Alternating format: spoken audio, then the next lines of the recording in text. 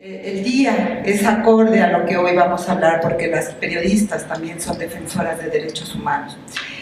Buenos días también y gracias por estar con nosotras, gracias a las colegas que se sumaron a la mesa de reflexión que tendrá lugar en unos minutos y que va precisamente a dar esta tarea que necesitamos.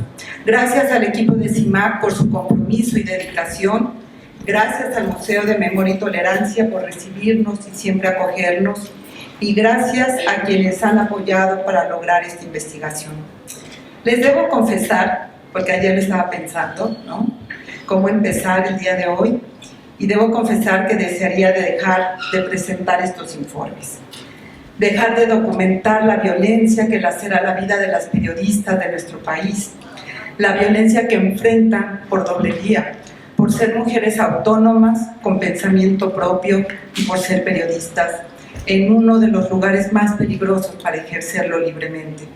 Hace 3 lustros que en CIMAC asumimos el compromiso de poner luz en lo que las periodistas mexicanas se enfrentan en medio de una de las épocas del país con los más graves ataques al periodismo crítico y alejado de la sombra del poder. Y me pregunto, ¿acaso no es esto lo que estábamos luchando en este país? Por un periodismo libre, con un camino seguro y como parte de esta democracia que queríamos en México. Entonces, ¿por qué perseguirlo, acosarlo desde el poder más alto de nuestro país? Hoy el periodismo, además de las amenazas y riesgos que corre, debe enfrentar uno más: el del discurso que busca destruir la reputación y la trayectoria de las periodistas que no se apegan a la complacencia del poder. Como nunca, las palabras importan y los discursos estigmatizantes se han convertido en un vehículo que busca censurar a las periodistas. El lenguaje no es neutral, tiene intenciones y matices, conscientes o inconscientes, directos o indirectos. Somos lo que decimos y lo que decimos al hacer. Y somos lo que nos dicen y hacen al decirnos. Por esta razón, como señala la lingüista Deborah Tannen, las palabras importan y el lenguaje moldea. Menos aún podemos hablar de neutralidad cuando hay una mujer de por medio, tal cual señala la investigadora Rosana Reguillo. Las palabras no son neutras y cuando una mujer decide participar en el debate público, no debiera ser normal que la respuesta a su voz sea el insulto, el descrédito y el uso del lenguaje misógino que solamente apela a la adjetivación sobre el cuerpo y sobre la supuesta estupidez que caracteriza las mentes femeninas. Para las periodistas que viven en carne propia la misoginia presidencial, la conferencia matutina se ha convertido en un lugar para destruir reputaciones. Para otras, el discurso estigmatizante que se genera en el marco de la mañanera es un banderazo para el ataque contra ellas por no ser simpatizantes del titular del Ejecutivo. La consecuencia más inmediata de la política de estigmatización para las periodistas es el descrédito que se traduce en la carencia de prestigio social. Cuando tenemos apenas 60 años las periodistas mexicanas de haber llegado de manera masiva al periodismo, fuera del círculo de la farándula, los estragos de esta política de descrédito son inmensos. A lo largo de estos 15 años en CIMAC, hemos palpado la violencia y sus efectos en la vida de las periodistas, en sus entornos familiares y laborales y, por supuesto, en la sociedad.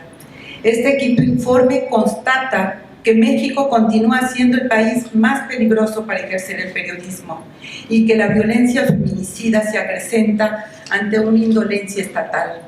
Un binomio que nos muestra que cuando las mujeres desafiamos el status quo del deber ser de mujer y periodista, la violencia como ejercicio de poder y de control se hacen presentes.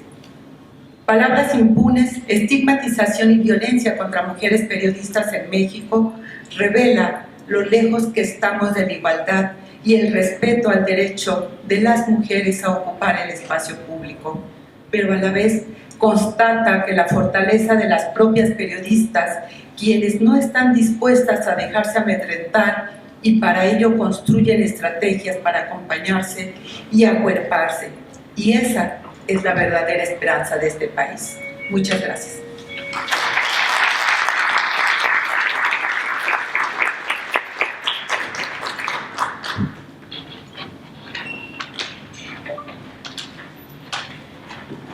Agradecemos las palabras de Lucía Lagunes Huerta y también les queremos recordar que el informe está vía digital a través de nuestra página de cimac.org.mx y a través del QR que están viendo en sus pantallas.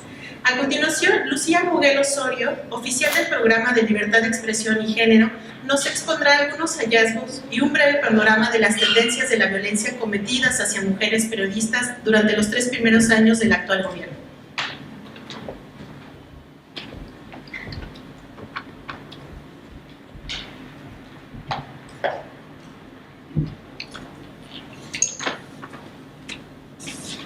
Buen día a todas y todos. Muchas gracias por acompañarnos en la presentación de nuestro informe. En esta investigación sobre violencia contra mujeres periodistas, identificamos a la estigmatización como una estrategia política utilizada en esta administración como un procedimiento de exclusión para silenciar y desautorizar a otros grupos sociales a través de la apropiación del discurso. Esta apropiación del discurso vemos que se da mediante el control de medios de comunicación masiva y su uso para difundir este discurso. En el caso de esta administración se da a través de las conferencias matutinas diarias, en donde suceden dos cosas.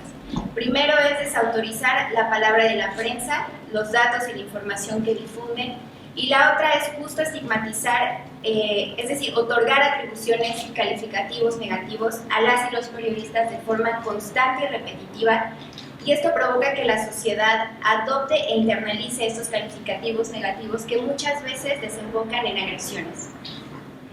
Vemos que si bien el contexto para la prensa en general es adverso, en el caso de las mujeres periodistas hacemos hincapié en que las formas de violentar son diferenciadas, porque a este ambiente peligroso se suman estigmas y calificativos que históricamente se nos han atribuido a las mujeres y que tienen que ver con nuestro sexo y las tensiones de género impuestas por el sistema patriarcal en el que aún vivimos. Por lo tanto, esta suma vemos que resulta en lo que hemos documentado que es un alza preocupante de agresiones a mujeres periodistas en comparación con la gestión anterior. Esto se refleja en que del 1 de enero de 2013 al 31 de julio de 2016, es decir, el primer trienio de Enrique Peña Nieto, CIMAC registró 248 casos, mientras que del 1 de enero de 2019 al 31 de julio de 2022 registramos 767 casos de agresión, es decir, un incremento del 209.27%.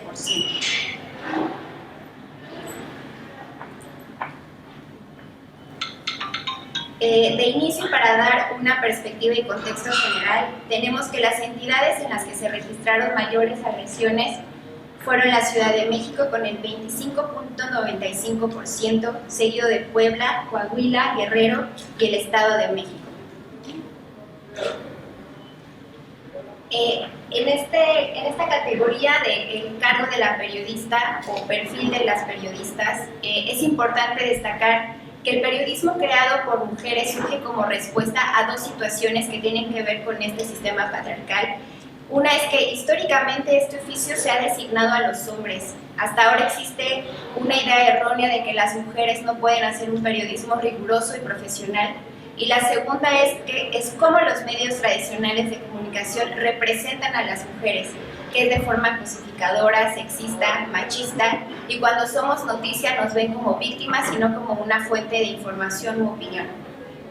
Entonces, ante esta exclusión de los medios y la necesidad de difundir una imagen real de lo que son las mujeres, las periodistas se han apropiado de los medios de comunicación y han difundido y creado una agenda propia con perspectiva de género, con perspectiva de los derechos de las mujeres, que incomodan no solo al poder, sino también a la sociedad en general. Esto se refleja justo en que las periodistas más agredidas son las reporteras, que son quienes salen a terreno y están en el espacio público, seguidas de las directoras, quienes deciden colocarse como jefas y fundar sus propios medios de comunicación. Después tenemos a las columnistas, quienes identificamos que son agredidas por ser críticas al gobierno y difundir una opinión propia e independiente, y seguidas de las fotoperiodistas, que están expuestas justo porque llevan material de trabajo como cámaras y micrófonos, y que justo son identificadas como periodistas en terreno. En cobertura y tipo de investigación tenemos que justo estas agresiones que enfrentan las periodistas se relacionan, además del perfil que vimos, con el tipo de cobertura y de investigación que realizan. En el caso de las fotoperiodistas, en otros años no figuraban en los 5 primeros lugares de periodistas agredidas, pero el alza en sus ataques se relaciona con que, al igual que las reporteras, son quienes cubren precisamente marchas feministas, que esta cobertura se ha convertido en la más peligrosa por el contexto de criminalización de la protesta y la descalificación que también existe hacia colectivas feministas y personas defensoras de derechos humanos. La siguiente más peligrosa es cuando las periodistas abordan temas de corrupción, seguida de las coberturas electorales, y en estos años pues también influyó la pandemia de COVID-19. En el perfil de personas agresoras, lo que vemos aquí es que este discurso repetitivo y constante tiene un efecto cadena, es decir, permea e influye en otros sectores sociales que internalizan los estigmas y los replican. Entonces vemos que en el inicio de esta cadena que violenta están precisamente funcionarios, y si lo desglosamos, vemos que primero están los estatales, seguido de los municipales, y que en estos casos vemos que predominan los elementos de la policía, y se relaciona totalmente con lo que comentaba sobre la criminalización de las protestas, en donde vemos agresiones como abuso de la fuerza, detenciones arbitrarias, amenazas y abusos de índole sexual en contra de las manifestantes, y que se extiende a las periodistas que cubren las movilizaciones. Esta cadena sigue con particulares que son civiles, seguidos de usuarios de redes sociales, que también se relaciona con algo que voy a desarrollar un poco más adelante, que es precisamente un alza en la violencia digital. Y por último tenemos a personas sin identificar. En este caso, esta categoría la utilizamos cuando, por ejemplo, la casa de una periodista es allanada y no se sabe con certeza quién fue, o cuando una periodista sufre un atentado con arma de fuego y las personas van encapuchadas. Entonces esa es la categoría que utilizamos. Estos perfiles que acabamos de analizar son quienes adoptan este discurso en contra de la prensa proveniente de la figura presidencial y lo materializan en agresiones contra la libertad de expresión, como principalmente tenemos el bloqueo informativo. Esta práctica puede ser desde la negativa a dar información o una entrevista, no dar acceso a recintos de gobierno, hasta impedir que las periodistas tomen fotografías o hagan transmisiones en vivo. A esta le sigue la intimidación, las amenazas, el hostigamiento y el descrédito de la labor. Aquí es importante destacar no solo que estas violencias se ejercen de forma diferenciada, es decir, a los colegas periodistas también los violentan de esta forma, pero la manera de agredir a las mujeres tienen este componente relacionado, como lo mencionaba, a su sexo y a las funciones de género impuestas. Entonces, la intimidación, las amenazas, el hostigamiento y el descrédito de la labor tienen en muchos de los casos una connotación sexista, sexual y misógina. Y estas formas patriarcales de agresión se traducen en impactos que también son diferenciados. Vemos que la violencia psicológica está presente en el 78.74% de los casos, porque agresiones como las amenazas generan en las periodistas un estado de alerta constante, incertidumbre, y porque estas no solo se dirigen hacia ellas, sino también hacia los integrantes de su familia. Y vemos que quebrantan muchas veces pues, las relaciones familiares, las dinámicas de su familia, porque vemos que repercute de manera diferente, porque a las mujeres históricamente se nos ha atribuido el cuidado de la familia, entonces muchas veces pues les reprochan el oficio que llevan y las culpan a veces de las agresiones. En el caso de la violencia física, conlleva en algunas ocasiones abusos sexuales y puede ir desde arrebatarles el material del trabajo hasta abuso de la fuerza, detenciones arbitrarias, desapariciones forzadas y feminicidios. Después sigue la violencia patrimonial, económica y sexual. La última categoría es la de modalidad de violencia, que se refiere al espacio en el que suceden las agresiones. En primer lugar, y por tercer informe consecutivo, tenemos a la violencia institucional con el 41.72%, seguida de la digital, comunitaria, mediática, política electoral, laboral y feminicida.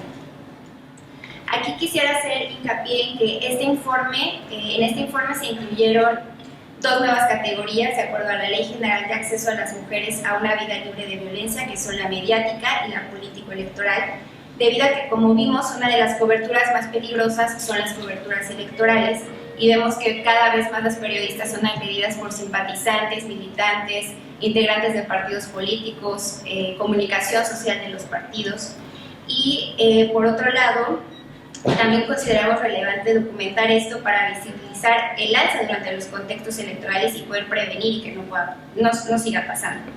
Por el otro, y en el sentido de este informe, que tiene que ver con el uso de los medios de comunicación para señalar a las periodistas, incluimos la violencia mediática porque además de este discurso estigmatizante que viene de la figura presidencial, hemos visto que las periodistas son agredidas cada vez más por otros periodistas que utilizan sus plataformas mediáticas para violentarlas. Por último, hicimos en este informe un apartado sobre violencia digital, porque hemos visto un incremento preocupante en las agresiones dentro de este espacio en el que el hostigamiento es el ataque más frecuente, seguido de las amenazas y la intimidación y el descrédito de la labor. Lo vemos con preocupación porque el espacio digital ha sido un lugar del que las periodistas se han apropiado para difundir de forma más rápida sus investigaciones, su opinión y de forma independiente, pero también se ha convertido en una herramienta para agredirlas y que debido a sus características como el anonimato, la inmediatez y el cada vez más fácil acceso a redes sociales ha contribuido a que las periodistas sean agredidas.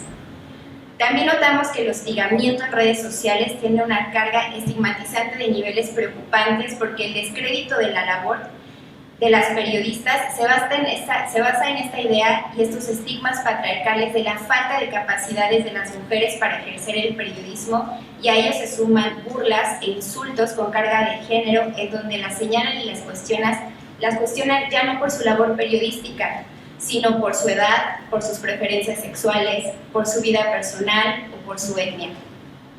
El impacto inmediato de la estigmatización es la deshumanización de la persona, y esto resulta, en el caso de las periodistas, en la invisibilización de su trayectoria, de sus capacidades y de su persona. Como bien lo menciona la organización Social TIC, este descrédito de la labor tiene como objetivo desviar la atención del mensaje, o sea, de las investigaciones de las periodistas, para desdibujarlas y colocar el foco de atención en la propia periodista. También lo que menciona Social TIC y que nos parece necesario recuperar es que muchas veces las agresiones digitales no son tomadas como graves o de importancia por las autoridades, porque justo se piensa que se van a quedar solo en el espacio digital. Pero la realidad es que en primera tiene repercusiones psicológicas muy graves en las periodistas, en su estabilidad emocional, y por otro lado, porque se ha registrado que las agresiones digitales sí son un antecedente de las agresiones físicas.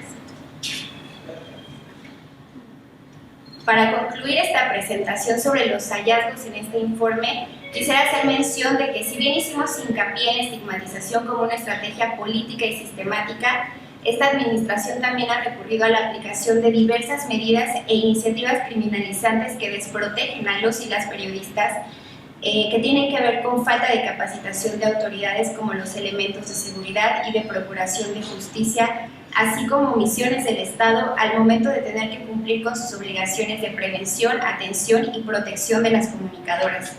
En este sentido, tenemos un apartado en el que se valora el funcionamiento del mecanismo de protección a personas defensoras de derechos humanos y periodistas, así como las medidas como la reducción del presupuesto destinado a la protección de este sector y la falta de una perspectiva de derechos humanos de las mujeres al momento de, por ejemplo, hacer análisis de riesgo y de aplicar medidas de protección que realmente les funcionen y se adapten a las necesidades de cada una. No quisiera terminar esta presentación sin justo hacer hincapié en que, aunque desde los sectores de poder la estigmatización y el discurso que difunden pareciera inocente, en realidad solo es el primer eslabón de esta cadena de violencias que viven las periodistas y que en realidad, como vimos, pueden desembocar en otras violencias y terminar en feminicidios. En el informe incluimos un pequeño memorial de las periodistas que han sido asesinadas por el ejercicio de su labor, por atreverse a alzar la voz y desafiar lo establecido y lo impuesto. Tan solo en este sexenio hemos perdido la voz de Norma Sarabia, María Elena Ferral, Lourdes Maldonado, Yesenia Mollinedo y Sheila García. Por último, esperamos que este informe aporte al diálogo que colectivas y otras organizaciones han abierto y en el que han insistido desde hace muchos años, sobre todo para aportar al reconocimiento de que estas violencias sí son diferenciadas y, por supuesto, para que no tengamos que incluir a ninguna periodista más dentro de las estadísticas de agresiones ni feminicidios. Gracias.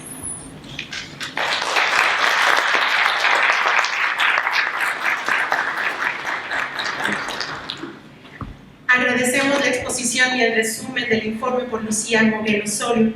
Les recordamos que el informe lo pueden descargar en la página de cimac.org.mx. Ahora tenemos un breve mensaje de Pedro Vaca Villarreal, relator especial para la libertad de expresión de la Comisión Interamericana de Derechos Humanos. Adelante.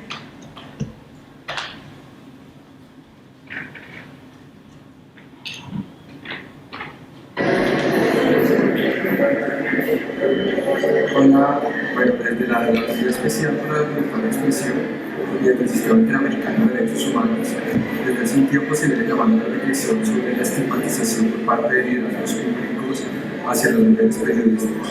Las personas que ejercen cargos de notoriedad, que tienen poseídas públicas y que apelan a la ciudadanía para representar sus intereses, tienen una voz privilegiada, una voz poderosa, pero también una voz que puede impactar severamente en el ejercicio de derechos y la libertad de expresión de mujeres. Por eso es clave que existan informes como el de CIMAC que recaban información sobre estos patrones y sobre estas tendencias y sobre todo que hagan una reflexión sobre el uso prudente con enfoque de derechos humanos y con mucha conciencia de que modular la percepción ciudadana sobre la labor de mujeres periodistas puede ser la llave que activa las garantías de derechos o la restricción de sus derechos. Y bueno, ahora sí, para dar inicio al siguiente segmento de la presentación, le doy bienvenida a la periodista Almudena Barragán Gaspar, corresponsal del periódico El País y quien fungirá como moderadora del siguiente panel. También agradezco la presencia de las periodistas invitadas Marcela Turati Muñoz, Gloria Muñoz Ramírez, Samantha Páez Guzmán y la investigadora Genoé Sarte Valderrama, a quienes les solicito puedan subir al estrado.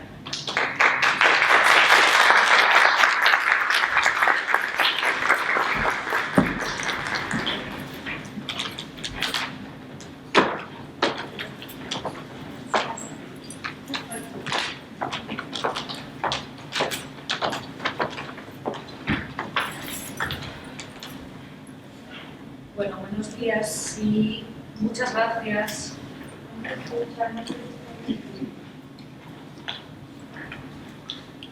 Buenos días.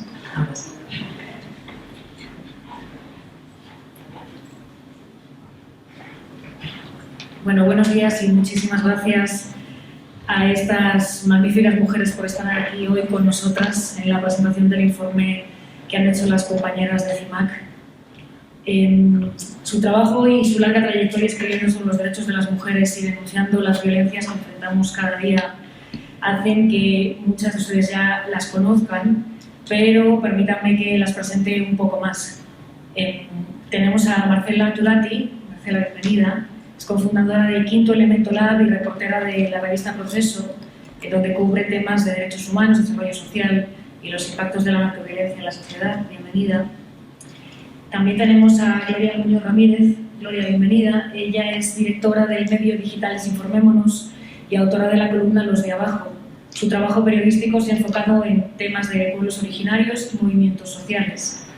También nos acompaña Samantha Páez Guzmán, periodista feminista enfocada en temas de género, libertad de expresión y derechos humanos. Además, fue responsable del Observatorio de Violencia de Género en Medios de Comunicación en el Estado de Puebla. Bienvenida.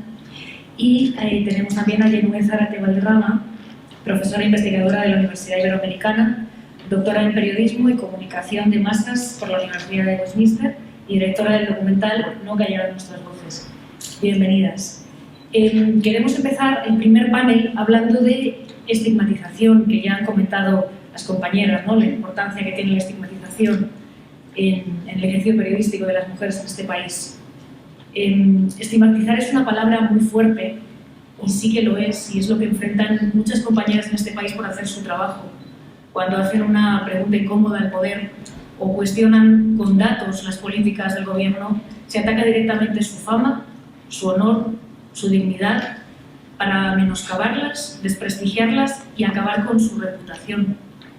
Normalmente estos ataques van acompañados de una carga misógina, sexista y patriarcal que tiene como propósito acabar con la mensajera para que el mensaje no llegue a la sociedad, como diría Denise Dresser.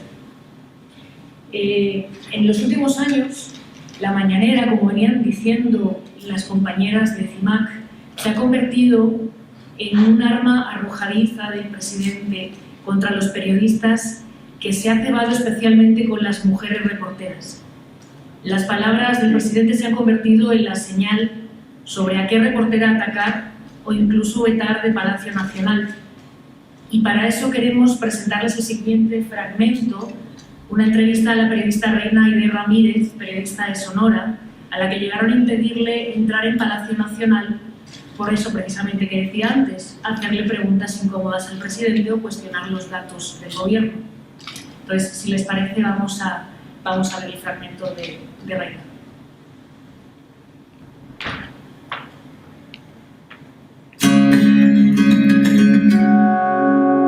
Me han censurado, me han bloqueado, me han impedido el acceso. Incluso a Palacio llegaron a prohibirme la entrada.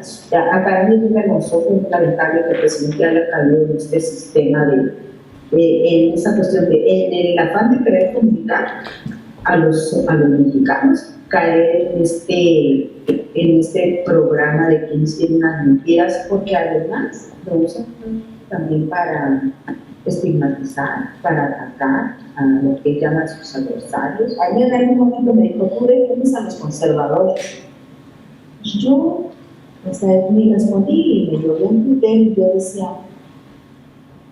pues yo te puedo responder, pero sí te afecta y te impacta, porque una palabra del presidente es una orden no lo dice, pero la gente lo entiende así, atáquenla a ella porque no está conmigo. O sea, no podía ni dormir porque en algún momento tuve que poner una denuncia porque hubo hasta amenazas muy fuertes. Entonces, pues muy duro. Bueno, ahí teníamos a Reina Aide Ramírez. Yenue, ¿cómo explicas tú el fenómeno de la estigmatización como una estrategia? ¿Tienes?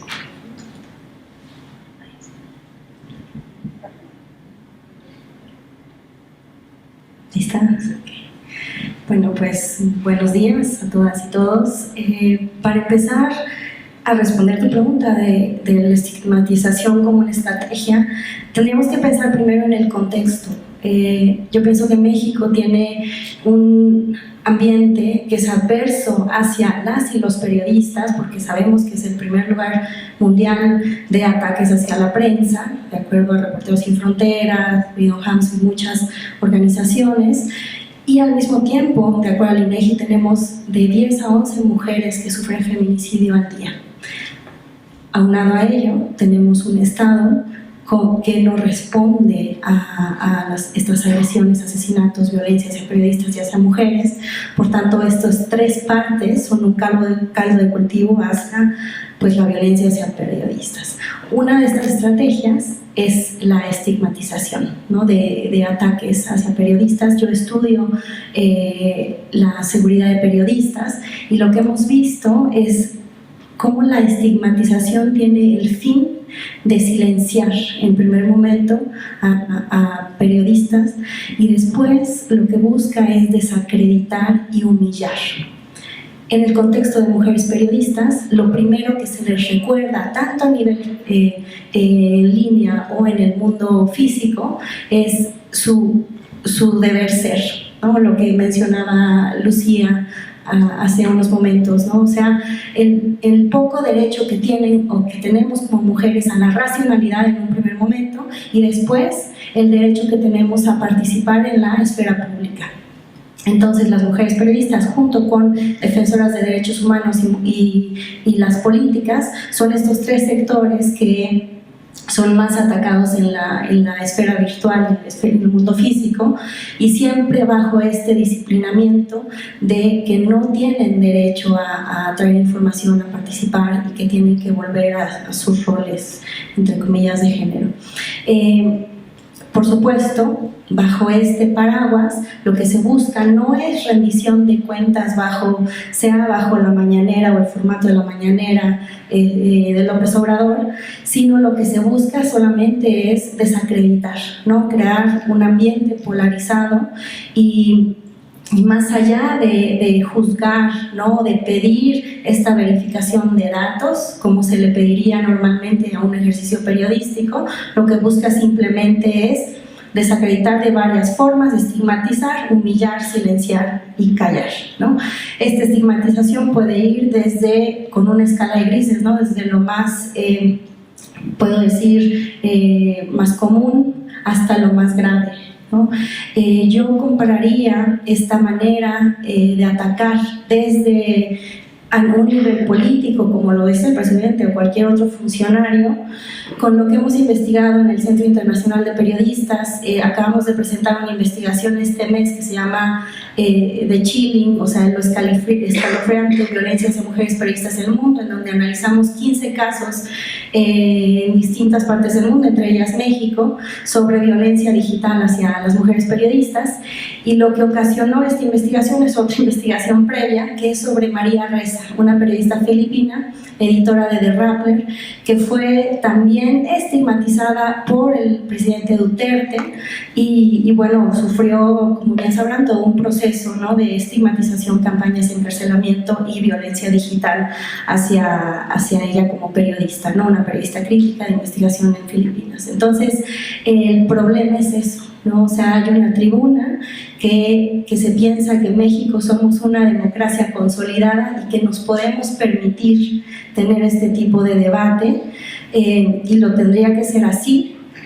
Aún así, lo que yo considero es que no está viendo el presidente que estamos en un país con alta tasa de impunidad hacia los asesinatos y violencias a periodistas, y que atacar desde su espacio a periodistas no solo recrudece la violencia y estigmatización hacia el gremio, sino que es sumamente peligroso, ¿no? Entonces, más allá, yo invitaría a pensar eso, ¿no? O sea, pensar en más allá de estigmatizar y silenciar y humillar, tendrían que pedir estos funcionarios la rendición de cuentas, ¿no? O sea, retar, ¿no?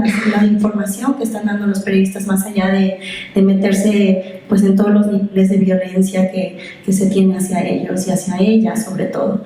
Entonces, bueno, resumiendo, esta estigmatización pues es sumamente grave.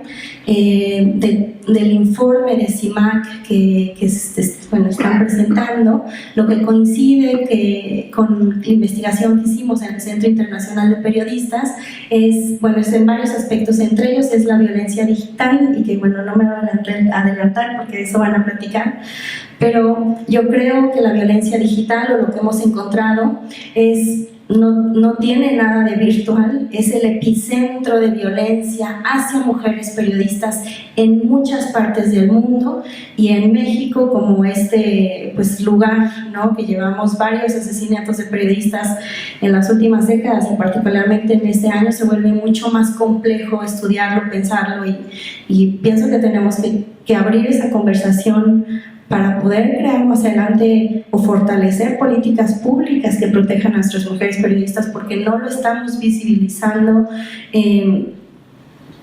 con suficiencia, ¿no?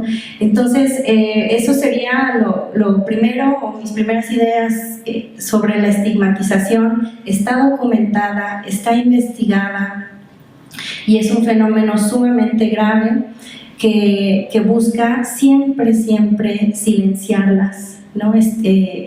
Humillarlas de diversas formas, ¿no? Por ejemplo, hace poco hicimos un estudio sobre Carmen Aristegui. Es otra investigación que se llama el sistema de alerta temprana, porque se origina porque precisamente María Ressa, cuando recibe el Nobel de la Paz, ella dice: necesitamos pensar cómo está ejerciéndose este fenómeno de violencia digital hacia su persona y hacia las mujeres periodistas del mundo. Y ella dice: yo no entiendo por qué no estamos escandalizados, ¿no?, del nivel tan álgido de violencia que estamos sufriendo. Y ella dice: necesitaríamos crear un sistema de alerta temprana que busque predecir este fenómeno de violencia en línea cuando pasa a violencia física. Entonces, a partir de ahí, comisionados por el Ministerio de Relaciones Exteriores de Inglaterra, se hizo otra investigación que se llama el Sistema de Alerta Temprana, que tuvimos casos de estudio, 7 casos de estudio de mujeres periodistas alrededor del mundo. En México hicimos a Carmen Aristegui, y pues detectamos con pues expertos en Big Data estos patrones de violencia hacia esta periodista, particularmente cuando es crítica al gobierno.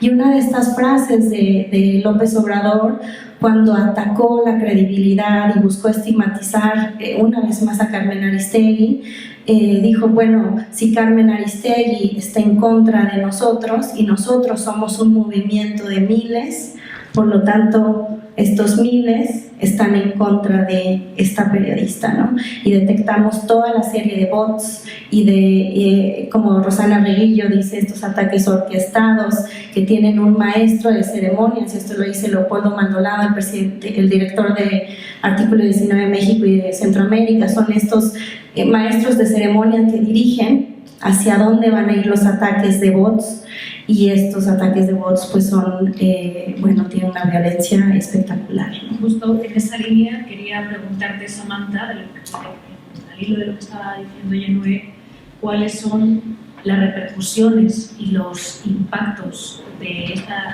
estigmatización en tu labor como periodista en Puebla? Yo tal cual no he tenido ataques de ese tipo, pero sí desde la Red Puebla de Periodistas hemos documentado varios ataques a colegas de Puebla, y que son similares a lo que ocurre en el ámbito nacional. En este caso, pues en las conferencias matutinas del gobernador Luis Miguel Barbosa Huerta, lo que ocurre es que cuando una periodista pregunta sobre todo de temas relacionados sí con seguridad, pero también con temas de derechos humanos, entonces el gobernador lo que hace es minimizar, infantilizar a las periodistas, ¿no? O sea, eso es muy marcado. Si bien sí hay agresiones similares en contra de periodistas hombres, donde también les busca ridiculizar, lo que nosotras hemos analizado desde la Red Puebla de Periodistas es que a las mujeres las infantilizan, ¿no? Les dicen niña, les dice ya después de ni nadie puede hablar, como que las reta, ¿qué quieres que haga, no? ¿Quieres que vaya, que le diga? Y a los reporteros pues no les hace así, ¿no? O sea, a los reporteros sí puede decirles por su nombre, y a las reporteras pues les dice niña, reportera, ¿qué quieres? Julieta. Y hemos documentado varios casos. Uno de ellos se habla justo en el informe, es el de Alba Espejel, que 2 veces fue estigmatizada en las ruedas de prensa, pero también ha ocurrido con otras colegas como Sara Mancilla, como Ilse Contreras, recientemente contra Julieta Cerezo, donde el gobernador pues tiene una postura muy de confrontar ante una pregunta que puede ser como de, pues, oiga, está pasando esto en un kinder o pasó esto en un hospital, qué postura o qué respuesta va a dar el gobierno, y su respuesta es muy agresiva, ¿no? En ese caso lo que hemos visto es que las compañeras han desistido de acudir a de pedir la palabra, ¿no? O sea, lo que han solicitado muchas veces es que les cambien la fuente, que las dejen, o sea, de mandar, pues ni siquiera de forma presencial, porque aquí siguen siendo virtuales, sino que las dejen de colocar en esa posición, pues difícil, porque entonces viene eso y pues la infantilización en frente de todas las personas. Además, después luego vienen los ataques en redes sociales, que creo que no son tan graves como sucede cuando pasa con el presidente, pero sí, o sea, donde pues las apuntan, las señalan, y de alguna forma lo que hemos visto también con los hombres es que aunque el gobernador sí puede decir, por ejemplo, Daniel o así, no los minimiza tanto, y más bien lo que hace es otra técnica donde manda a sus columnistas, que son afines a él, a golpear a tal o cual, ¿no? Hay un confrontamiento muy frontal con un director en particular, y pues no hemos escuchado que se refiera así como se refiere a las compañeras, ¿no? Entonces creo que eso pues es muy grave, porque incluso a una compañera le llegó a hacer así como cállate, ¿no? Así como o sea, cuando ella estaba preguntando le hizo así. Entonces para nosotras eso es como muy grave, porque entonces es pues silenciar, ¿no? Y que las propias compañeras lo que hacen es como dar un paso atrás, porque pues es muy fuerte que te exhiban ante esta situación, ¿no? Entonces eso es lo que yo te podría decir que nosotras hemos documentado desde la Red Puebla de Periodistas, y que sí nos parece totalmente un patrón pues que tiene que ver con una postura muy misógina del propio gobernador, porque te repito, no ocurre igual cuando son reporteros, aunque sí llega a referirles por su nombre a las reporteras, y es como muy frontal en sus ataques. Pues retomando estas palabras de Samantha, vamos a pasar justo a este bloque 2, en el que vamos a hablar precisamente de eso, de violencia digital. Y la violencia digital, como mencionaban las compañeras bien, como decía Noé, parece que se queda solo en el plano de lo virtual, pero podría ser la antesala de agresiones físicas. Por lo tanto, por eso es tan importante que hablemos de violencia digital, porque además la violencia digital se ha disparado. Les voy a dar unos datos muy rápidos. Según la UNESCO, el 73% de los periodistas reciben ciberacoso y violencia digital por realizar su trabajo. Son las reporteras las más agredidas, seguidas de directoras de medios y columnistas, como hemos visto en el reporte de CIMAC. La fuente política es la más castigada, y en el último sexenio, donde más se ha agredido a las compañeras es durante las marchas feministas. No sé si les parezca esto curioso, a mí me parece muy curioso, porque creo que tiene una relación con la criminalización de la protesta que existe desde el poder. Y en cuanto a tipos de violencia, nos hemos fijado que la violencia digital se disparó por encima de la violencia comunitaria, con el 21.16% de los casos de agresión. Justo Samantha hablaba del caso de la periodista Alba Espejel, reportera en Puebla, que vivió un maltrato directo del gobernador Miguel Barbosa, que directamente le dijo el gobernador: ya no preguntes, porque no le gustaba la pregunta que le estaba haciendo la reportera. No sé si ustedes consideran que hay algo más machista y patriarcal que eso, ¿no? Que inhibir la actividad de una periodista de esta manera. Vamos a ver si les parece el fragmento de la entrevista con Alba Espejel.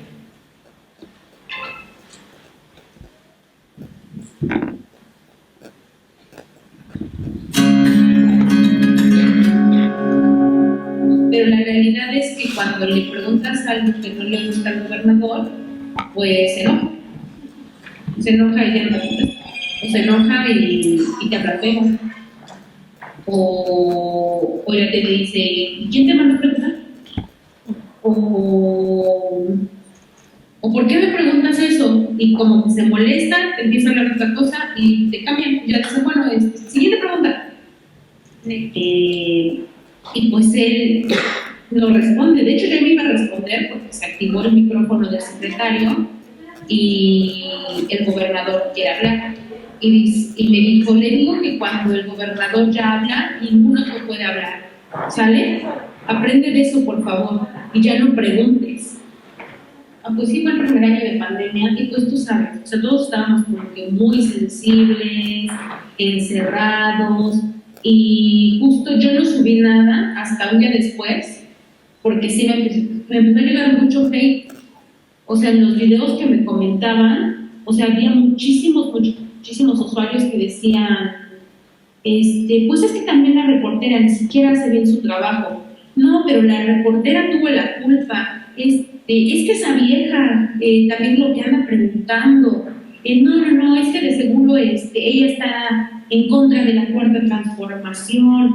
O sea, muchísimas cosas que la verdad, pues en ese momento te digo, o sea, estás sensible, tuviste una pregunta como super X, no esperabas como que esa contestación, hasta empiezas a tener miedo.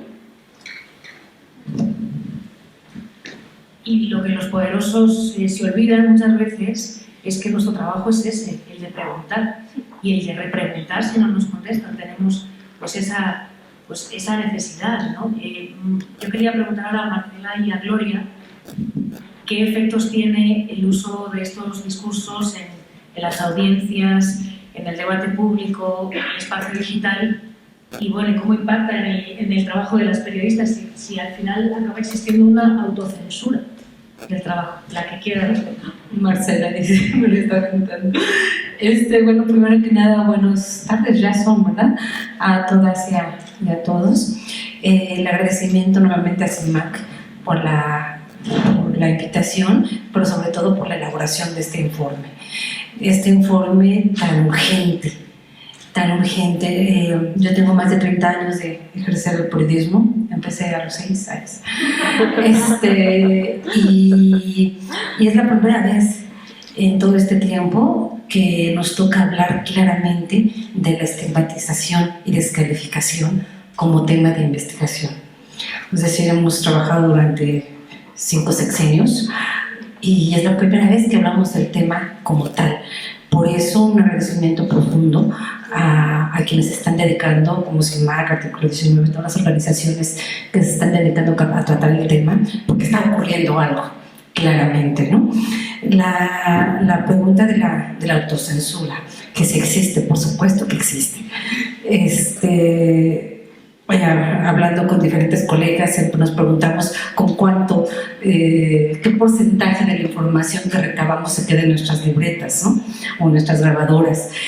Y es muy lamentable decir que muchas veces más del 50% de lo que reportamos se queda en nuestras libretas. O en nuestra cabeza, o porque ni siquiera nos atrevemos muchas veces a grabarlo ni a escribirlo. Esto ya implica que con un mínimo porcentaje de la información que damos a conocer es con la que ya se nos está descalificando. ¿Y por qué nos autocensuramos? En primer lugar, por nuestra seguridad, la seguridad física, ¿no? Pero no nada más nuestra, sino mucho la seguridad de nuestras fuentes, donde nosotros llegamos, cogemos la información y ellos se quedan, ellas se quedan.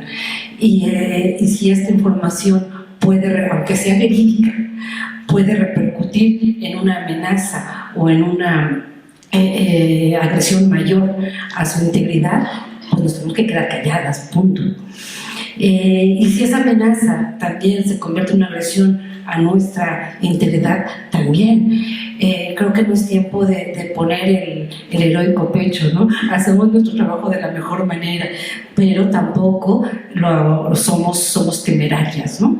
Hace unos días participé en un foro, hace 2 días, organizado por la Fiscalía de la Ciudad de México, y yo creo que es muy bueno que las fiscalías estén organizando este tipo de foros. Y curiosamente las preguntas eran, bueno, ¿y por qué se exponen tanto? Es decir, como que nosotros tenemos la culpa de estar en el lugar incorrecto para este tipo de agresiones, ¿no? Eso venía en el chat. Me llama mucho la atención este tipo de preguntas porque nosotras luchamos muchísimo, Marcela no me dejará mentir, para cubrir estos temas, para que la agenda dejara de ser la agenda de las mujeres que cubren espectáculos y cultura y en este momento somos una gran cantidad de mujeres, yo no sé si mayoría o no, pero una gran cantidad de mujeres las que cubrimos los temas duros que están ocurriendo en este país, todos que tienen que ver con vulneraciones a los derechos humanos. Cubrimos crimen organizado, cubrimos desapariciones, cubrimos feminicidios, cubrimos flujos migratorios. Ahí estamos las mujeres y el trabajo que nos costó llegar allí. Y ahora nos dicen que estamos en el lugar equivocado y que por eso nos agreden. Entonces, esto por supuesto me parece digno de denunciarse, ¿no? A mí me tocan este tipo de agresiones como directora de un medio, como columnista de otro medio y como reportera, que finalmente es lo que soy. Reportera siempre. Y desde ese ámbito vienen las descalificaciones a un tipo de trabajo que, como ya lo mencionaron ustedes, tiene que ver con el que maneja datos distintos al que se manejan a los oficiales, ¿no? Y esto en un momento en donde, digamos, la verificación ya no importa, el dato ya tampoco importa, la veracidad tampoco importa, una foto que dice lo contrario ya no importa. Me refiero a lo siguiente: hay una foto donde está la deforestación que se está llevando a cabo para la construcción del tramo 5 del Tren Maya, y están las fotos de las cuevas, de los mantos freáticos y de todo esto. Están las fotos, están las imágenes, están los videos, y desde el gobierno federal y estatal nos dicen: no es cierto, tenemos otros datos. Entonces está la foto, está toda la deforestación, está el camino, no es cierto. Y entonces la veracidad incluso de una imagen ya no importa, ya importa la fuerza de la narrativa presidencial que lo niega. Eso es lo que importa, y es más fuerte que una imagen, y más denostadora de nuestro trabajo que una imagen. Y me parece que nos pone en una situación muy vulnerable, porque es, como tú lo decías en un momento y como las compañeras coinciden, el descrédito de nuestro trabajo, la deslegitimación de nuestro trabajo y el fundar en las audiencias, que tienen que ver con la pregunta, desconfianza en nuestro trabajo. Y además, como somos mujeres, pues más, ¿no? Entonces viene también la violencia en estas redes sociales, que de manera muy cobarde, y lo digo de manera muy cobarde porque la mayor parte son anónimas, y que tienen que ver con el carácter sexual de estas agresiones. Terminó esta participación hace 7 años. CIMAC documentó, entre otras organizaciones, una agresión a mi domicilio, un allanamiento, y que tiene que ver con algo que sigue ocurriendo y que me llama la atención en el informe actual, en el que empieza diciendo: las agresiones no nada más no han parado, han aumentado en 200% en el mismo periodo del trienio pasado a han aumentado. Entonces la mía fue del sexenio pasado, por eso no importa, porque ahora se han recrudecido. Y en el carácter sexual de este tipo de agresiones, en mi caso, no sé si te acuerdas, Lucía, sacaron toda la ropa interior de mis cajones, la hicieron, la manosearon y la esparcieron en mi cama con la huella de una bota militar encima. Esto, por supuesto, te vulnera, te da miedo, te humilla de manera muy clara, y una se siente sumamente desprotegida, controlada. Pasan muchas cosas para recuperarse de una acción como estas. Pero en ese tiempo, hace 7 años, mi idea de que íbamos a llegar a los niveles de estigmatización actuales, mi idea. No pensamos que esto se iba a poner peor, no pensamos que esto iba a alcanzar los niveles de estigmatización actual, y ya termino ahora sí con estas 4 cosas. Se nos vulnera a las periodistas que estamos haciendo este tipo de coberturas, porque se está vulnerando en primer lugar a quienes están ejerciendo sus derechos y están reclamando la violación a sus derechos. Me refiero a algo que no nos había pasado en Desinformémonos de pronto con la coyuntura de Ayotzinapa en 2014, se fue a más de 2 millones de seguidores en redes y con gente que reclamaba la presentación de los 43 normalistas. Yo no sé si sea esta misma gente, cambiamos de audiencia de pronto, o no sé qué fue lo que ocurrió, que de pronto del 100% de comentarios que aludían a la presentación o la demanda de presentación o de verdad y justicia hacia las familias de los 43 desaparecidos de Ayotzinapa, ahora hay una descalificación tremenda en las redes hacia los padres y madres que a mí me parecían como intocables. O sea, bueno, pues con ellos no se van a meter, ¿no? Son las madres y los padres de los 43. El grado ruin de descalificación hacia ellos y ellas también es una cosa que me sorprende. Y, en segundo lugar, a quienes cubrimos la información que de ellos sale. Es decir, la primera descalificación no es a los periodistas, a las periodistas, es a las madres y los padres de Ayotzinapa. Y ya después a quien difundimos su versión. Eso me parece muy importante remarcarlo, porque lo mismo pasa en feminicidio, lo mismo pasa en flujos migratorios, lo mismo pasa con la protesta social. Son ellos y ellas, estos movimientos, los que están siendo agredidos, atacados, descalificados, y como consecuencia, quienes estamos haciendo una cobertura de lo que está ocurriendo ahí. Muchas gracias. Y yo me imagino, Marcela, retomando lo que dice Gloria, que también tiene mucho que ver la polarización. Bueno, primero muchas gracias por la invitación, gracias Lucía, ando toda sensible, así que bueno, gracias al trabajo de CIMAC, pues por documentar, por educarnos y por cuidarnos, y Lucía, por cuidarnos, gracias. Bueno, yo quería retomar algo de lo que decía Gloria, y es, yo antes, la verdad, cuando hacían los informes, yo sí decía, ¿cuál es la diferencia entre un hombre y una mujer? ¿Por qué el 8 de marzo nos quieren entrevistar si es lo mismo? Y poco a poco, con los años, acompañando a periodistas, pues me di cuenta de que no, o sea que las amenazas son diferenciadas, son muy diferentes. El caso, pues yo me acuerdo que a mí me impactó cuando Gloria contó, ¿no?, lo de el cajón movido, y me acordé a Regina Martínez, antes de que la mataran, se metieron a su casa, se bañaron en su baño y le dejaron en el jabón las huellas dactilares de la persona que se bañó ahí. Lidia Cacho, y con eso empieza el informe, pues le mataron a sus 3 perras, las envenenaron. Anabel Hernández hace poco dio una entrevista de que le dejaron unos animales muertos afuera de su casa, ¿no? Recuerdo otra reportera que me contó que llegó a su casa cuando estaba haciendo una investigación militar y en el excusado le dejaron excremento para que no quedara duda de que entró un hombre, y parte porque dejaron todo, porque viera que había sido un hombre, a su baño, ¿no? A Miroslava Bridge la amenazaron directamente, a la familia en la sierra, ¿no?, para que vean, o sea, como que te quieren callar de esas formas, desde lo íntimo, desde lo sexual. Y esto que pasa, y que sigue pasando, ¿no?, en el cotidiano, pues se pasa a redes sociales, ¿no? Las amenazas a mujeres periodistas tienen esas connotaciones, y es bien fácil amenazar a quien sea.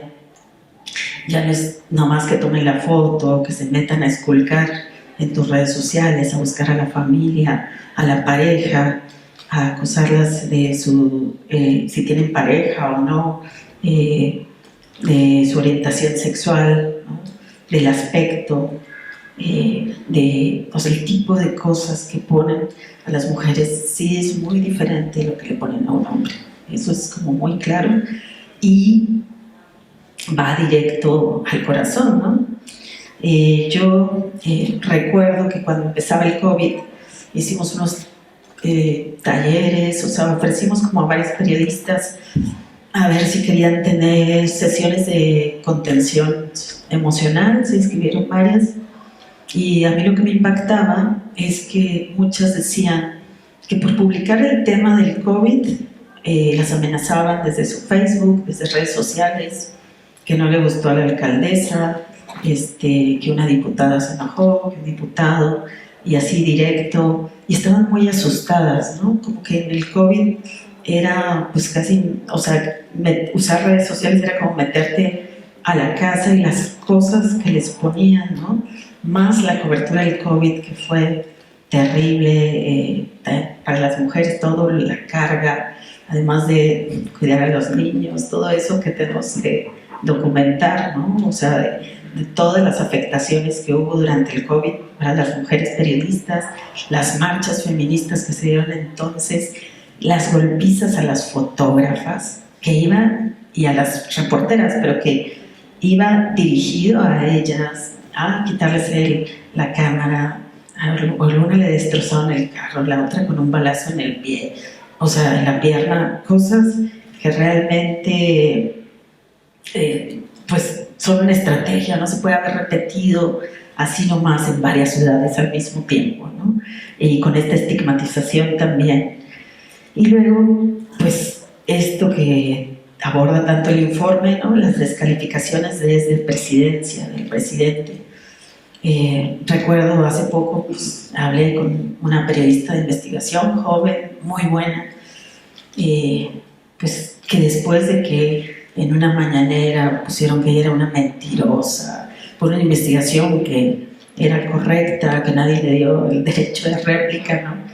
Ella estaba embarazada. Ella dejó de cubrir los temas por el miedo y por la humillación, ¿no? O sea, la humillación de que te exhiban ahí.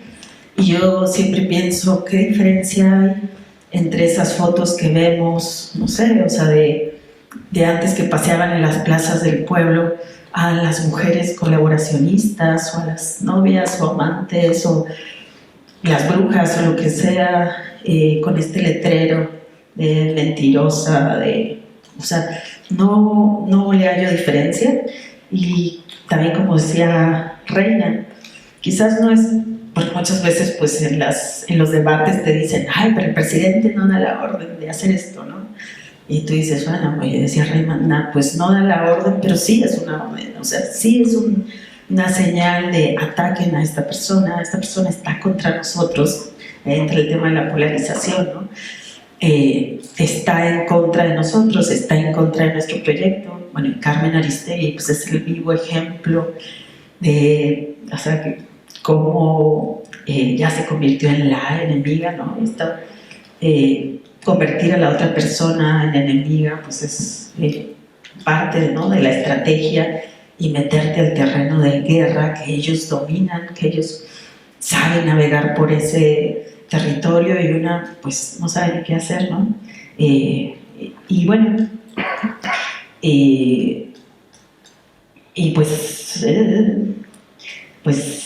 dentro de este informe también lo que pensaba es pues que aunque se trata de categorizar, ¿no? O sea, de que esta modalidad y todo, yo creo que es tan difícil decir esta fue digital, o sea, esta es digital, psicológica, amenaza, hostigamiento, también físico, o sea, es un combo, ¿no? Es como tan difícil categorizar y decir cuáles son estas amenazas, ¿no? Pero ciertamente, pues esto, como han documentado, pues ha crecido, no se ve así, o sea, el horizonte que nos espera es que crezca más porque se acercan las elecciones, ¿no? Y ahí sí pues tenemos que ver qué estrategia hacemos para cuidarnos y para cuidar también el ambiente democrático y todo, ¿no? Para ver cómo cuidamos el debate y para ver también los periodistas cómo vamos a actuar y a operar ante esto que no es nuevo, pero que seguimos sin saber bien cómo se navega, ¿no? Porque no es nuestro lenguaje, no son nuestras estrategias, ¿no? Y tenemos que pensarle, ¿no?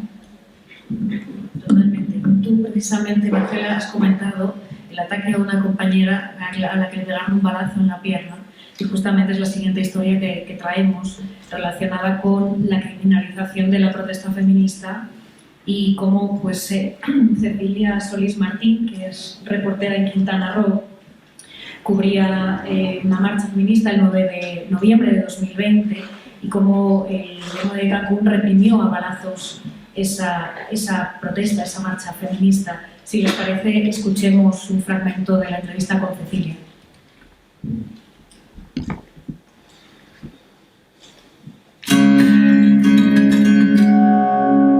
Me ha tocado ver un sinfín de situaciones donde la violencia ha surgido, pero nunca la magnitud de lo que se vivió ese 9 de noviembre, ¿no? Nunca un jefe policíaco había dado la orden de disparar. A raíz de mi incidente que yo tuve el 9 de noviembre de 2020, que yo empecé a sufrir los acosos, o sea, estoy del otro lado donde creí que jamás iba a estar, ¿no? Entonces, ahora sé que es sufrir un acoso, que es vivir con miedo. La Fiscalía ha hecho el expediente como ha podido. Son casi cuatro tomos. El llegar, que vengan las audiencias, entonces pues ya estamos ante el juez, ya nos vincularon al proceso, ya va a iniciar el juicio, y darte cuenta que a través de simulaciones y de corrupción, la autoridad, a través del Tribunal Superior de Justicia, están protegiendo a esas personas, a esos funcionarios. O sea, el expediente del caso 9N está plagado de corrupción, de simulación.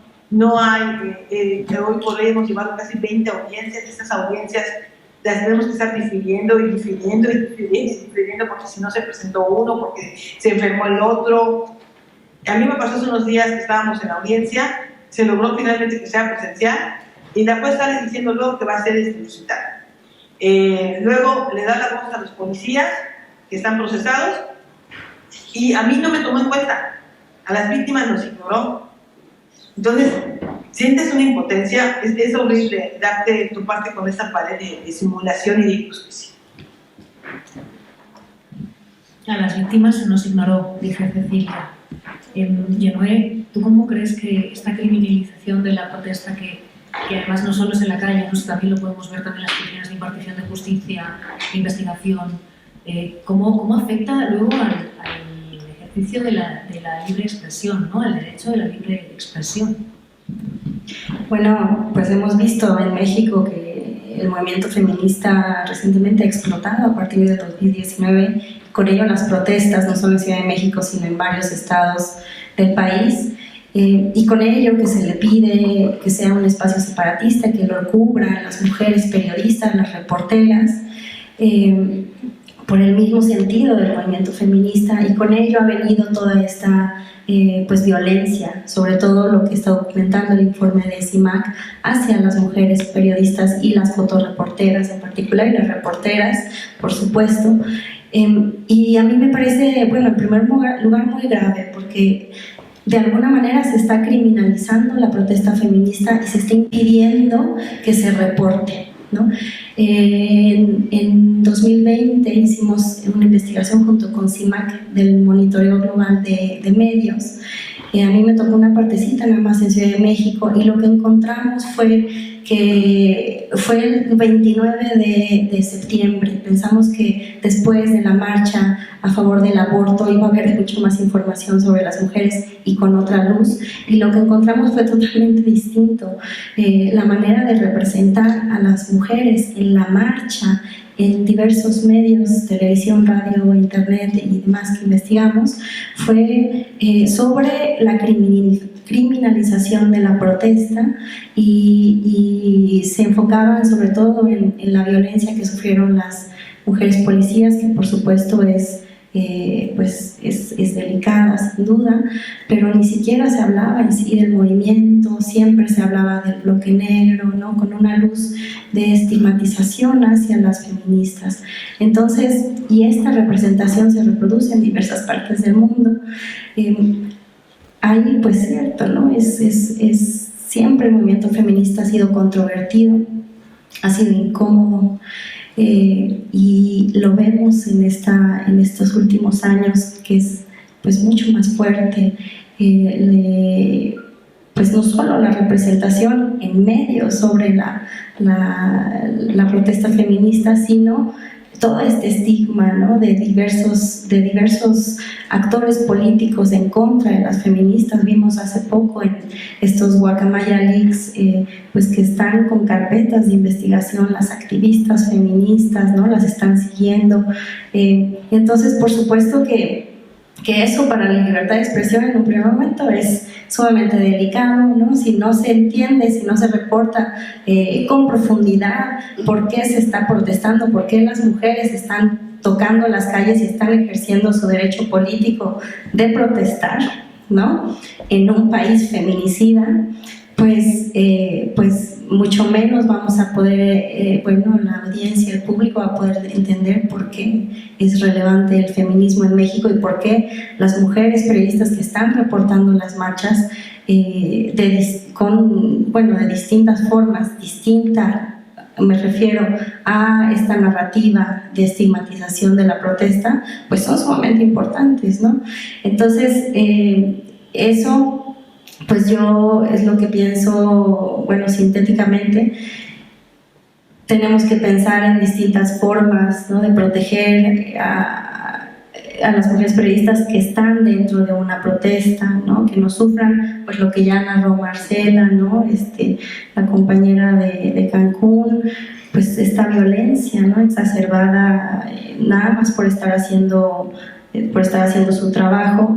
A los medios también tendríamos que pedirles pues rendición de cuentas de qué forma están protegiendo a sus periodistas en cubrimiento, también de qué forma las están protegiendo en el terreno digital, porque estamos hablando también de un sistema patriarcal y de redacciones masculinizadas en las cuales se les pide a las mujeres periodistas que tengan una piel más gruesa, que se aguanten, o que no aguantan nada, ¿no?, y que si quieren reportar pues la nota dura es parte del trabajo. Y yo creo que esto se tiene que cuestionar, ¿no?, o sea, porque sin duda las mujeres periodistas sufren una violencia diferenciada más allá de sus compañeros hombres, ¿no?, es una capa más de violencia que tienen que lidiar y es un reto para ellas reportar en un país como el nuestro. Entonces sí, no solamente a los medios, sino también dentro de este sistema político que tampoco las está protegiendo, como lo vemos con el mecanismo, y también lo documentó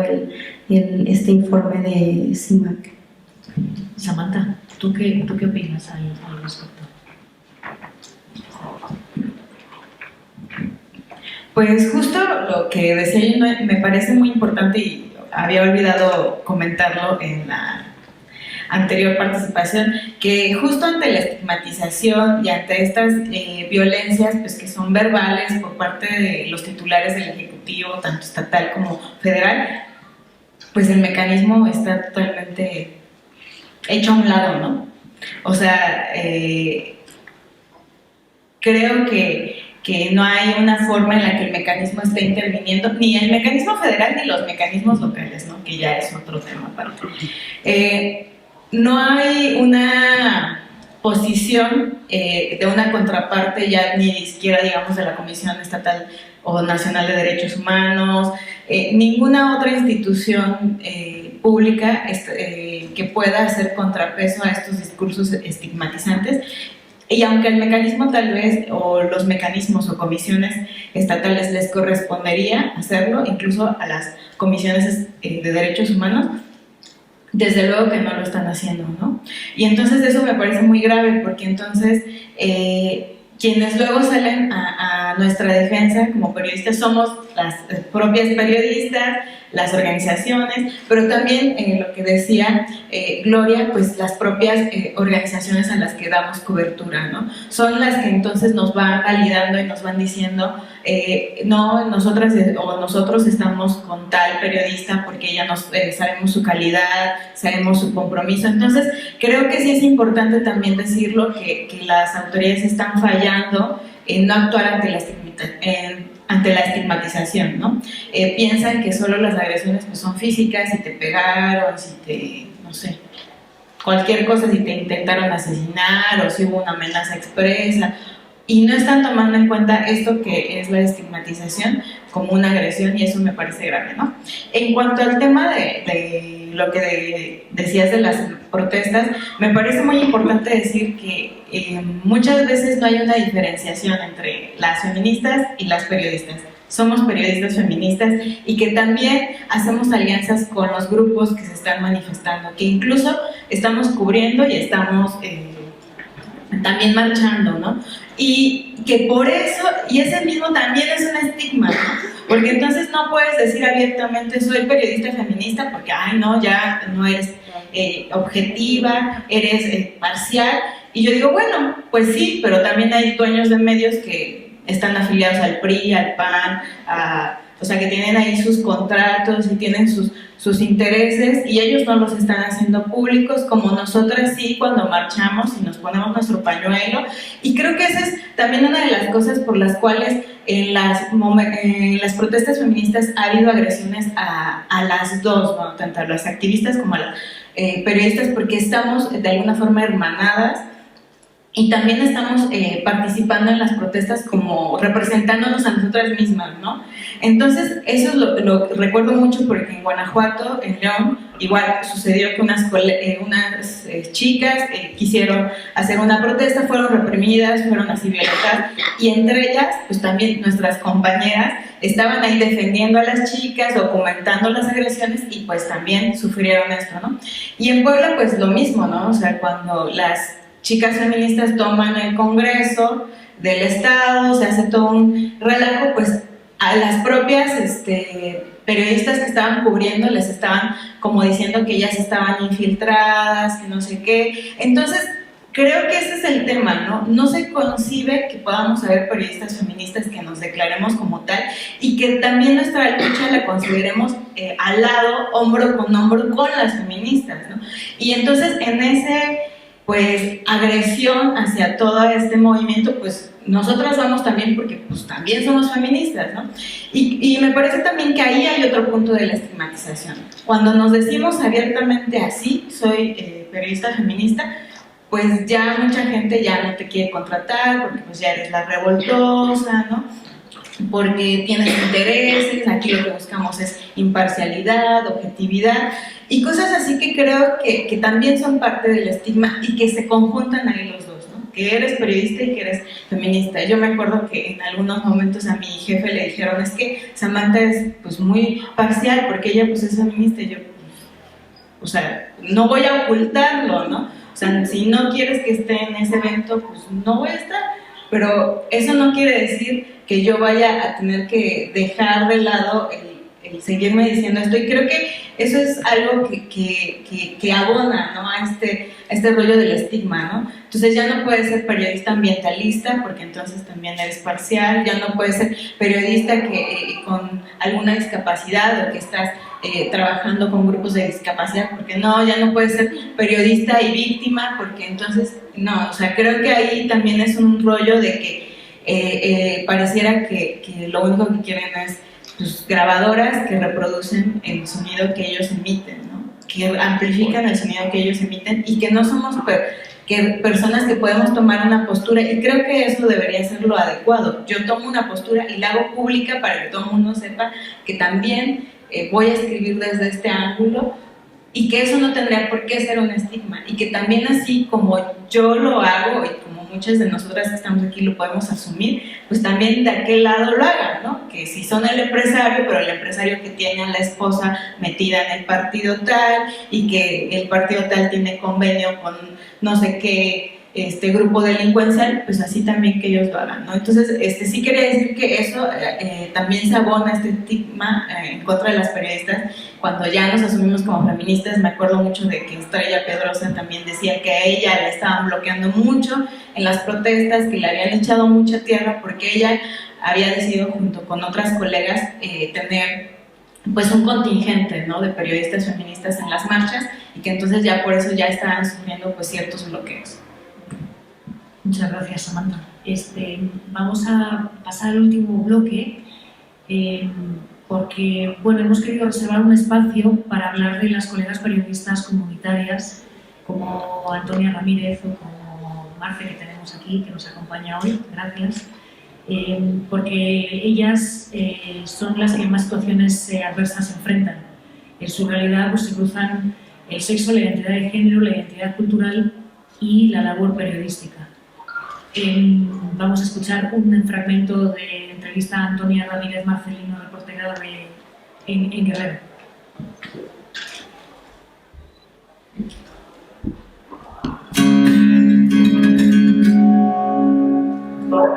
Un agua de Ocotiquila, municipio de Copanalcoya. Desde el 2015 empecé a trabajar para el periódico El Sur de Acapulco y en el 2016 con otra compañera fundamos un medio de comunicación local que se llama El Jale Noticias. Desde el 2015 hasta la fecha, y siempre cuando hay así, busco como que también las mujeres no sean su postura, como incluso hasta cuestionarlo a los liderazgos no masculinos, porque luego dicen, no siempre mujeres, no, yo estoy viendo muchas mujeres, y luego que ella habla, ¿no? Por ser más sencilla.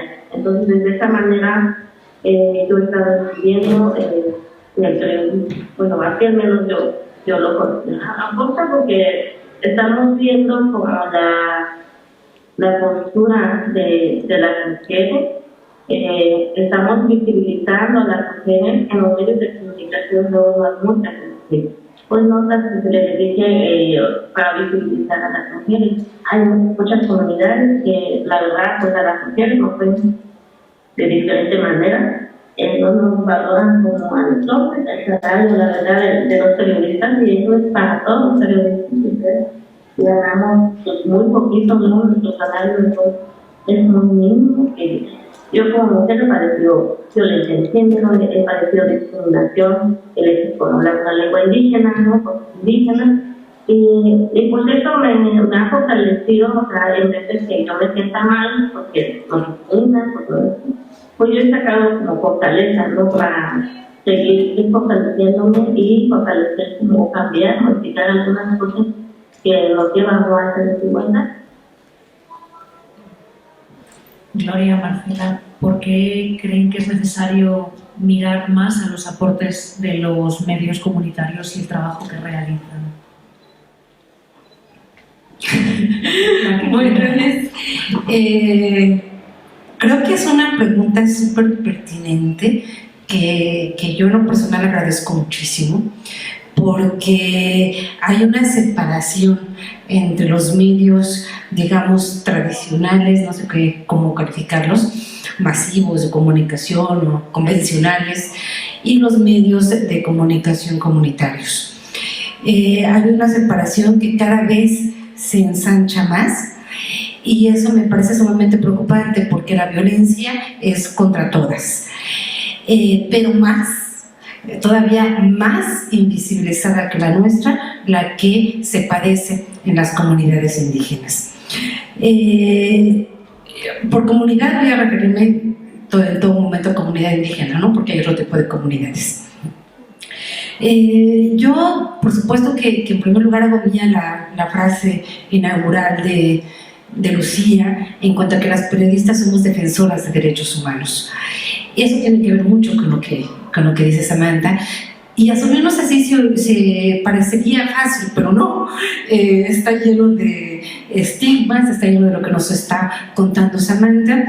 Y entonces esta vinculación que se hace de la periodista con la activista y implica esta estigmatización por el solo hecho de pues no nada más cubrir, sino a mí si me preguntan, ¿tú quieres verdad y justicia por los 43 desapariciones de Ayotzinapa? Yo respondo que sí. A mí si me preguntan, ¿estás a favor de la minería a cielo abierto en Guerrero? Yo respondo que no. Y no tengo ningún purito. Y tú, si me preguntan, ¿estás a favor de los derechos de las mujeres y te pondrías el pañuelo? Yo digo sí. Y no tengo ningún problema, pero no es una generalización. Esto, todo lo contrario, a las que lo decimos abiertamente, sí nos causa un tipo de estigmatización que nos vincula con un activismo en el que se descalifica nuestro trabajo periodístico por muy riguroso que sea. Eso es importante decirlo. Nosotros en Desinformémonos decimos dato mata consigna. Y esto es sumamente importante. Tenemos una postura, hacemos un periodismo situado, pero no hacemos un periodismo de consignas. Tenemos que ser doble, triple, cuádruple veces más profesionales que los convencionales, porque no nos pueden cachar en nada, no nos pueden vulnerar ningún dato, no podemos darnos ese lujo desde el tipo de periodismo que hacemos. Yo creo que es una postura ética más que ideológica decir quiénes somos. Soy una periodista feminista, no es una postura ideológica, es ético decir desde dónde me va a leer la audiencia, desde dónde va a escuchar mi podcast o desde dónde me va a ver en televisión. Entonces eso me parece de entrada el preámbulo para entrar al periodismo comunitario, que se ejerce también de dos maneras distintas. Una, desde la que se ejerce los comunicadores y las comunicadoras en este caso son parte de la comunidad, ahí viven, ahí crean su medio de comunicación, legalizado o no, es decir, con el permiso de la transmisión o no, la gran mayoría sin permiso, es decir, es decisión de una asamblea, y la decisión de la asamblea es que conformen su radio, principalmente radio, que es lo que más se usa en los pueblos, y toman el derecho del ejercicio de su comunicación comunitaria. Y desde ahí son agredidas y en principio son excluidas, ¿no? Porque ahorita cada vez son más las compañeras, colegas, comunicadoras comunitarias que están haciéndose cargo de estos espacios de comunicación, porque antes, hace muy poco, eran solo hombres los elegidos por la asamblea para hacerse cargo de la radio comunitaria. Ahora hay más mujeres, pero también están siendo violentadas. Y otro segmento que yo diferenciaría serían las mujeres que también forman parte de la región y que hacen el tipo de periodismo que no nada más tiene que ver con la agenda de información de la comunidad, que tiene que ver con su lengua, con su expresión identitaria, con lo que tú nos habías mencionado, sino que tiene que ver con los problemas regionales de donde viven. Este es el caso, por ejemplo, de Diana Manso, nuestra colega tan querida. Ella no nada más hace periodismo, ella es zapoteca, y no nada más hace periodismo de Unión Hidalgo, que es la comunidad a la que pertenece, sino que cubre toda la región, y en este momento hace un claro trabajo sobre el proyecto transísmico, que es uno también de los proyectos estratégicos del actual gobierno. Entonces ella ha documentado como periodista zapoteca fuera de su comunidad otros temas. Entonces estamos hablando también de otro tipo de periodismo. Pero ayer Diana inauguró con otra compañera un programa radial, ya no está en todo. Entonces estamos también felicitándola porque está estrenando un programa de radio desde el Istmo de Tehuantepec. Y bueno, ya es un periodismo muy riguroso, ha ganado muchos premios, pero tampoco es la generalidad de lo que sucede con las compañeras de origen indígena que están ejerciendo el trabajo periodístico. Y aquí yo no nada más hablo de la descalificación que se hace desde el poder, desde los gobiernos federales, estatales y municipales, sino desde el propio gremio, que me parece la más preocupante. Es decir, cuando una colega no reconoce a otra colega porque no estudió la carrera de periodismo, porque no ejerce los géneros periodísticos tradicionales, porque no pregunta qué, quién, cómo, cuándo, dónde y por qué, y por cuestiones que para pues para mí están más que rebasadas, ¿no? Una comunicadora que además es agredida, yo creo que tiene que considerarse como colega, porque ejerce la libertad de expresión y además de manera muy clara desde su comunidad o desde su región con temas que son de interés público, y ahí ya es una colega más, y como tal debería de ser defendida por cualquiera de las instancias de gobierno y por cualquiera de las redes que conformamos las periodistas.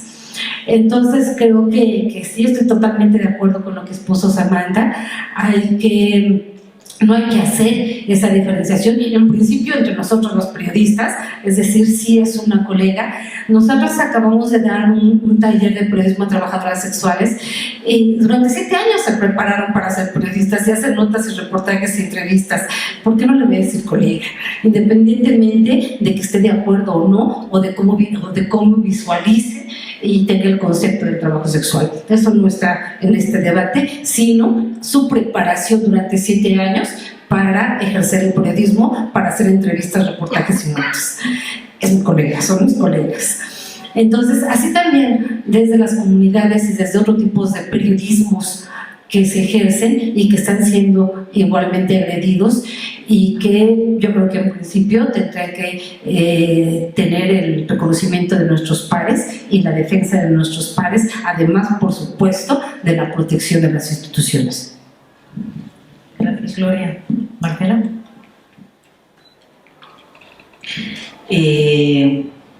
Bueno, yo también, evidentemente están invisibilizadas, ¿no? Invisibilizadas de las cifras, invisibilizadas sus casos, como colegas también, o sea, en las redacciones muchas veces y en los grupos donde las protestas y tal, cuando se pone que pasó algo con alguna radio comunitaria, es como no pasó nada, ¿no?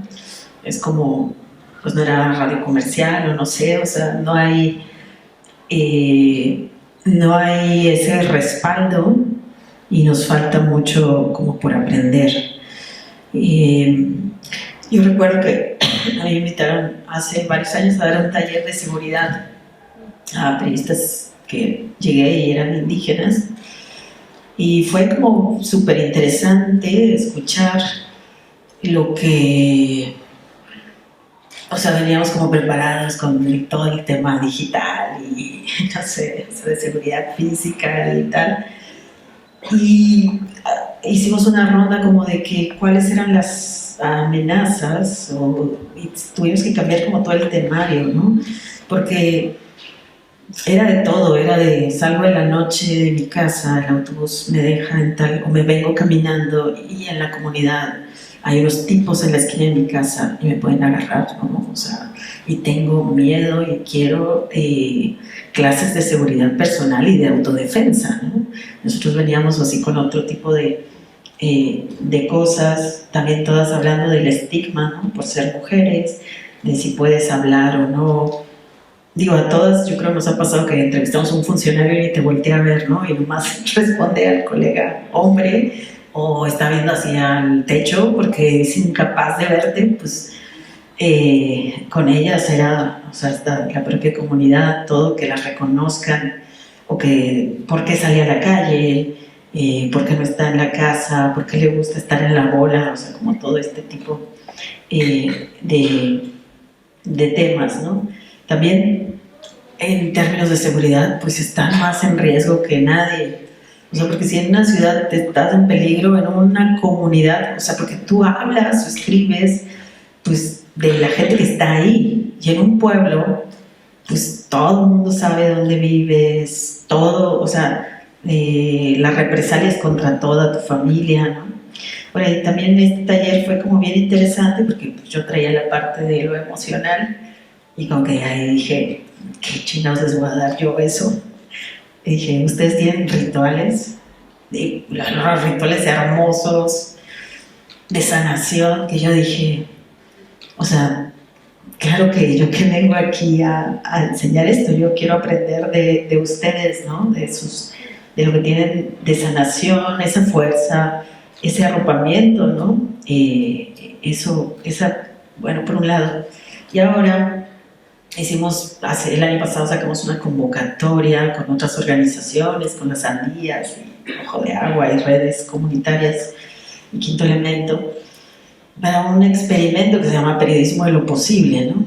Entonces, que las comunidades mismas postularan, las radios comunitarias, sus historias de resistencia. Y bueno, para mí ha sido un aprendizaje, y también escuchar pues, en todos los equipos tiene que haber siempre hombre o mujer, ¿no? Eso también fue súper interesante porque pues escuchar las historias y las historias de resistencia, ¿no? Y yo con toda la admiración de, bueno, ustedes están por todos nosotros poniendo el cuerpo contra la minera, no sé, contra el Tren Maya, contra cualquier megaproyecto, ¿no? Y hace poco también en otro taller que hubo en Chiapas, digo, lo que me llama la atención es que la gente de las comunidades decía, bueno, que ya no están tanto saliendo a protestar, ¿no? Porque ahora la Guardia Nacional les mandan ahora, ya cualquier cosa la reprimen con la Guardia Nacional o les pusieron una base de la Guardia Nacional cerca, que eso es bien interesante, donde hay algún tipo de inconformidad o alguna resistencia, están poniendo bases de la Guardia Nacional, ¿no?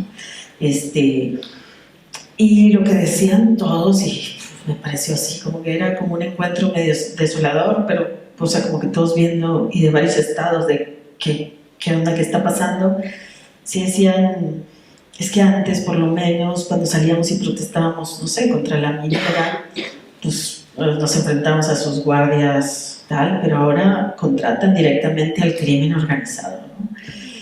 Y esto de que los sicarios sean los que están defendiendo los proyectos, ¿no? Estos megaproyectos, bueno, pienso mucho, o sea, en el gran riesgo que corren, que saben que corren, y todavía, aún así, con todo esto, siguen documentando, haciendo sus programas de radio, tratando de ver, o sus medios comunitarios, tratando de ver cómo sacar la información, ¿no?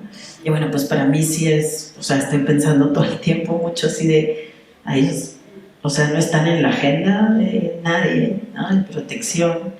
Y ojo, que son los que están poniendo el cuerpo y los que están en la línea enfrente de todas las batallas más importantes, ¿no? Y dentro de todo esto, pues todavía nos enseñan a resistir, ¿no? Y nos enseñan a tener fiesta y a celebrar y a tener esperanza y, no sé, esa es mi reflexión. Gracias, Marcela. Yo me voy a quedar con esta última palabra que tú hablas de resistir, para, bueno, pues agradecerles a todos ustedes, ¿no? La asistencia. Los periodistas y las periodistas no solemos estar en el centro de la noticia y, sin embargo, pues hoy consideramos muy importante hablar de este tema, de este problema creciente, ¿no? Y del aumento de la violencia contra las colegas en México, porque si se apaga su voz, las consecuencias para nuestra sociedad serán fatales. Una sociedad que se dice democrática no puede dejar de lado al 50% de su población, que somos las mujeres, y por eso creo que es tan importante y tan necesario este informe valiente y valioso que han hecho las compañeras de CIMAC. Y quiero retomar rápidamente las palabras que menciona Livia Cacho al comienzo de ese informe, porque ella es una periodista que lleva exiliada, desplazada forzosamente muchos años por ejercer su trabajo. Y ella dice, el feminismo nos dio la vida como contadoras profesionales de verdades y el patriarcado político, en todas sus formas, intenta arrebatarnos esa vida, dignidad y libertad, porque saben que al silenciarnos acallan a millones de víctimas de las formas más crueles de violencia, discriminación, guerra y esclavitud. Pese a que intenten callarnos, tratemos de hacer nuestro trabajo lo mejor que podamos, sobre todo por las compañeras que ya no están, pero sobre todo por las compañeras que vienen detrás de nosotras. Muchas gracias a todos por su asistencia y gracias a las panelistas por participar.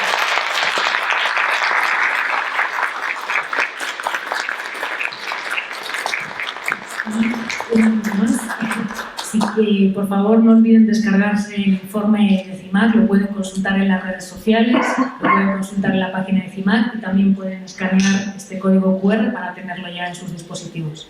Gracias. Agradecemos la participación de las periodistas Marcela Turati, Gloria Muñoz, Samantha Páez y la investigadora Genoesa Saate.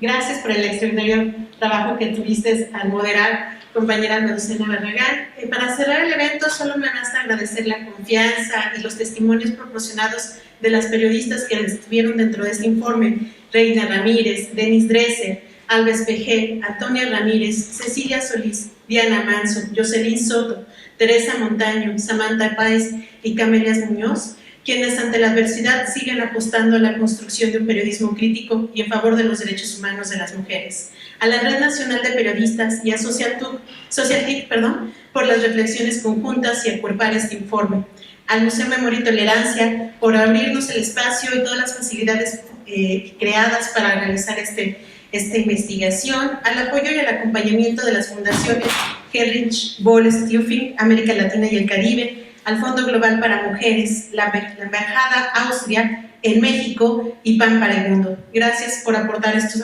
proyectos que además promueven el derecho de las mujeres a comunicar libre de todo tipo de violencias, y les pediríamos solamente a las panelistas y moderadora que antes de abandonar este recinto nos permita tomar una fotografía para el cierre del evento. Y a todas las personas agradecemos su presencia y les recordamos que está en el informe, que también podrán solicitarlo a partir de la siguiente semana de manera impresa, y para ello les pedimos que por favor se registren en la lista de invitados para hacérselos llegar posteriormente. Muy buena tarde y gracias por todo.